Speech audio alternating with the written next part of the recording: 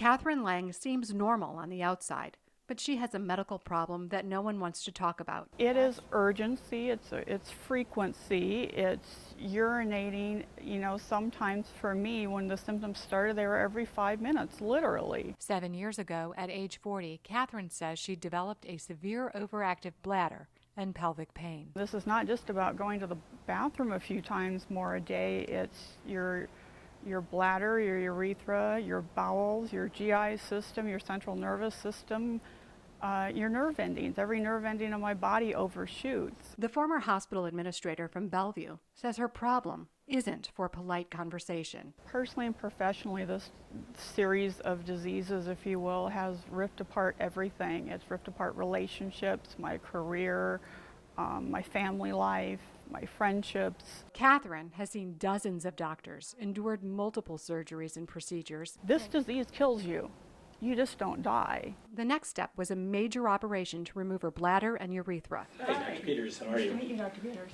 But first, her doctor recommended a procedure pioneered by a doctor in Michigan. Kathryn packed her bags and went to the Women's Urology Center at Beaumont Hospital. The women that we see are very challenging in that they have suffered a long time, and it's had such a negative impact on their quality of life. During this surgery, Dr. Ken Peters places a tiny electrode at the pudendal nerve in the pelvis. It emits a low-level pulse that sends a message to the brain to override abnormal signals that cause bladder problems and pelvic pain. The procedure is called pudendal neuromodulation. What happens a lot in these patients who are suffering from voiding dysfunction and pelvic pain is there's something wrong in that communication, and that the wrong signals are being sent through the nerves to those organs, which then lead to the underlying problem. After 2 weeks of measuring the impact of the device on Kathryn's bladder, she returned to the operating room.